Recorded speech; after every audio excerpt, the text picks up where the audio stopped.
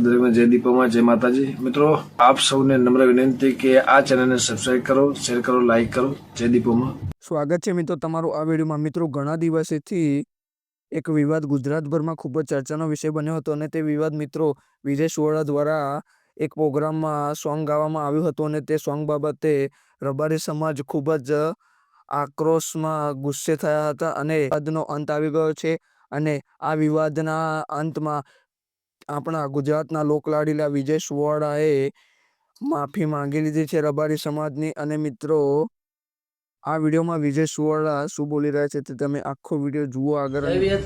મિત્રો ઘણા દિવસથી સોશિયલ મીડિયામાં એક ચર્ચા ચાલી રહી છે જે બાબતને આજે ચોખવટપૂર્ણ હું ગુજરાતની જાહેર જનતા નાત વિહોતર રબારી સમાજને એક ચોખવટ કરવા માંગુ છું કે 4 દિવસ પહેલા મારો કાર્યક્રમ રામપુરા બંકોળા હતો।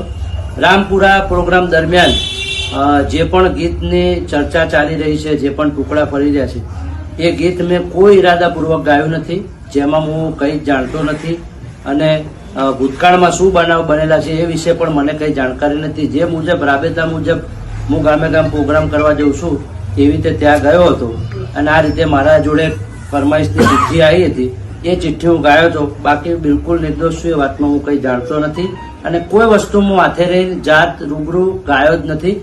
જે મારા 4 ગામ અહીંયા હાજર છે, મારા ગામના શેરમાળા હાજર છે, મારો 150 ઘરનો ચેહરનગરનો નેહડો હાજર છે।